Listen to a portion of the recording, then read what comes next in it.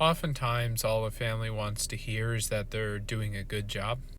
And more commonly, you'll see this in pediatric patients, right? The first time parent and the kid is spitting up more than usual, or they're constipated, or they had a fever and it's at 3 days or 5 days of fever, or they're spitting up more. Is hiccuping normal? My toddler doesn't eat vegetables. How do I do potty training? All these things in parenthood that I also am making up as I go along, right?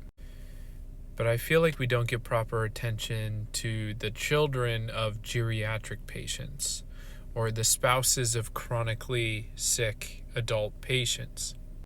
People who can't do their activities of daily living, who have their car keys taken away, people who don't have their independence, who need assisted living or nursing facilities. That's a tremendously difficult conversation to have with your loved one. And if you think about how different your life would be if you lost your independence, if you couldn't drive anymore, if you couldn't decide for yourself if you wanted to leave your home and walk somewhere or get groceries, there's so many things about living independently that we can take for granted. So even though for the emergency medicine perspective, it can be easy to go, oh, great, not a safe discharge home, admit pending placement, right? To take that extra moment and say, this is probably a very long-standing conversation, a lot of tears, a lot of difficult things being said between a family member who truly loves your patient.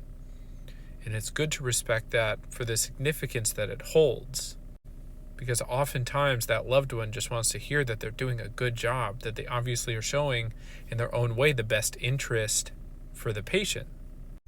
And it's not a long conversation, so usually I say, if nothing else, I think you're doing right by your loved one, and I think you're doing a good job.